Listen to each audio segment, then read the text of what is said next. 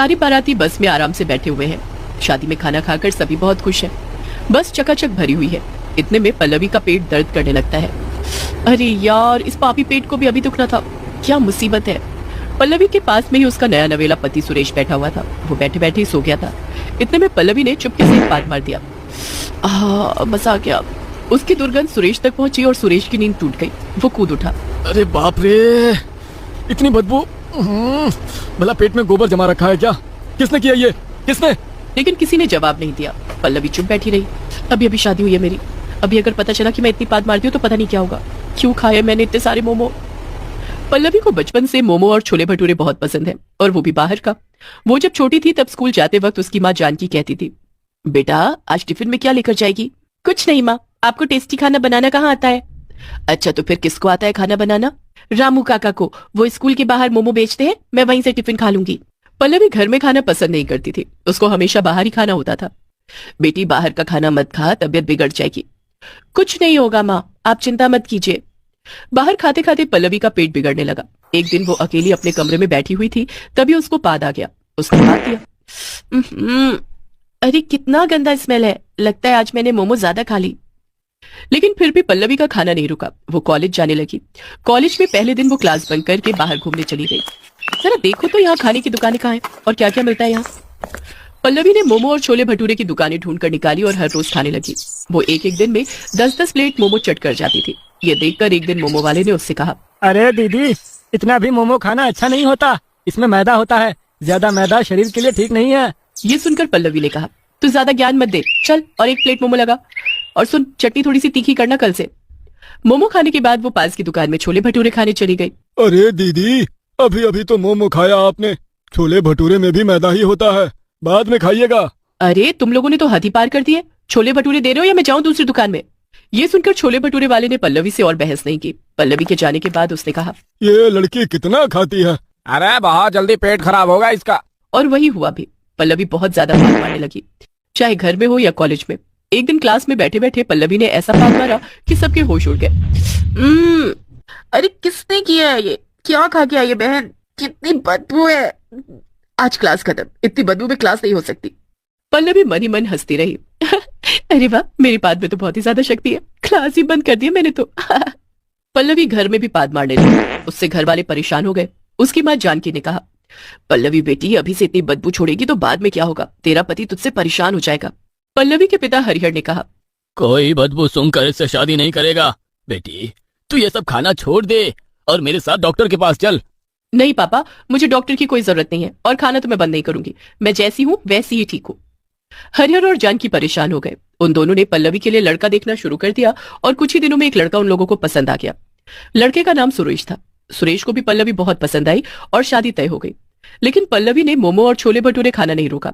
शादी से एक दिन पहले जानकी ने पल्लवी से कहा, पल्लवी शादी तक तू ये सब मत खा, नहीं तो शादी में बैठकर पाद मारती रहेगी। अरे आप चिंता मत करो माँ, कुछ नहीं होगा।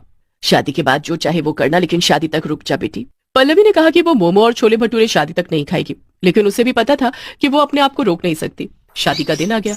पल्लवी की सहेलियां सुबह सुबह चली आई। अरे सुनना ललिता, मैंने कल से मोमो नहीं खाया, छोले भटूरे भी नहीं खाया, मुझे ला देना। नहीं पल्लवी, तेरी माँ मुझे मारेगी फिर। अरे उन्हें पता ही नहीं चलेगा, हमारी दोस्ती की कसम, ला देना। ललिता मना नहीं कर पाई। वो छुपकर बाजार गई और फिर छोले भटूरे और मोमो खरीद कर ले आई। पल्लवी ने सुबह सुबह मोमो और छोले भटूरा खाया। उसके पेट में गैस बढ़ने लगी। दोपहर को भी उसने वही खाया। उसके पेट में गैस और बढ़ गई। शाम को सुरेश बारात लेकर आ गया, लेकिन पल्लवी का मन सिर्फ खाने पर था। शादी के स्टार्टर में मोमो था। पल्लवी ने और मोमो खाया और फिर उसकी शादी हो गई। सारी बाराती बस में चढ़ गए और पल्लवी सुरेश की गाड़ी में बैठ गई। उसके हाथ में तब भी एक प्लेट मोमो था। अरे मोमो बहुत पसंद है क्या तुम्हें? हाँ बहुत पसंद है। गाड़ी में बैठे बैठे पल्लवी सारे मोमो चट कर गई और फिर रास्ते में अचानक से गाड़ी खराब हो गई। अरे बाप रे, इस गाड़ी को भी अभी खराब होना था। चलो पल्लवी, हम दोनों बस में चढ़ जाते हैं। दोनों बस में चढ़ गए। वहाँ सारे बाराती बैठे हुए थे और बस चकाचक भरी हुई थी। इतने में पल्लवी की पाद निकल गई। सुरेश ने परेशान होकर कहा, अरे बाप रे, इतनी बदबू। भला पेट में गोबर जमा रखा है क्या? किसने किया ये? किसने? लेकिन किसी ने जवाब नहीं दिया। कुछ देर बाद पल्लवी को फिर से पाद आ गई। उसने पाद दिया और इस बार पूरी बस में बदबू फैल गई। सारी बारातियों ने अपनी नाक ढकी। अरे बाप रे, कौन है ये? नई दुल्हन के सामने पादने में शर्म नहीं आई? शादी में थोड़ा कम नहीं खा सकते थे क्या? नई दुल्हन हमारे बारे में क्या सोचेगी? पल्लवी अपने ही मन में सोचने लगी। इन्हें तो पता ही नहीं है कि मैं पाद रही हूँ, लेकिन क्या करूँ, पाद को रोकूं कैसे? ये सोचते हुए पल्लवी ने फिर से पाद दिया और इस बार जोर से आवाज हुई। पल्लवी शर्म से मर गई। पल्लवी, तुम इतनी देर से तुम पाद रही थी?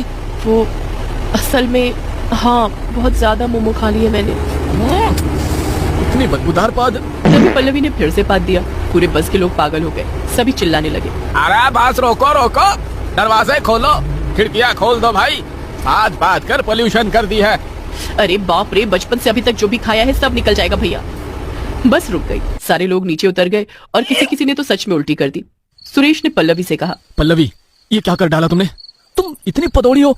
माफ करना, मुझे कभी कभी पाद निकल जाती है। कभी कभी? हर 2 मिनट में पाद रही हो तुम। सुरेश का बोलना खत्म ही नहीं हुआ कि तभी पल्लवी ने फिर से पाद दिया। पल्लवी ड्राइवर के पास जाकर बैठ गई।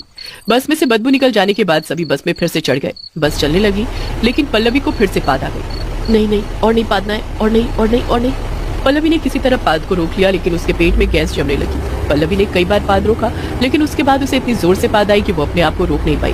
उसने इतनी जोर से पादा कि पूरी बस काबू की और इतनी बदबू से सभी का सर चकराने लगा। ड्राइवर उसके पास में ही बैठा हुआ था। पाद की बदबू से ड्राइवर बेहोश हो गया और बस एक पेड़ से टकरा गई। माफ कर दीजिए, मुझसे गलती हो गई। अरे गलती तो मुझसे हुई है, जो मैंने तुमसे शादी कर ली। मुझे नहीं चाहिए ऐसी पदौड़ी बीवी। चलो, अभी मैं तुम्हें लौटा कर आता हूँ। सुरेश ने पल्लवी को घर छोड़ दिया और वहां से चला गया। पल्लवी को बहुत शर्म आई।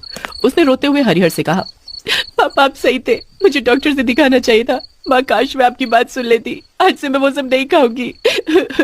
पल्लवी समझ गई। वो डॉक्टर के पास गई। डॉक्टर ने उसके पेट का अल्ट्रासाउंड करके प्रॉब्लम समझा और फिर ट्रीटमेंट करके उसका पेट ठीक कर दिया। पल्लवी ने मोमो और छोले भटूरे खाना छोड़ दिया और उसकी पाद मारने की आदत भी छूट गई। उसके बाद सुरेश ने भी उसे अपना लिया और सभी खुशी खुशी रहने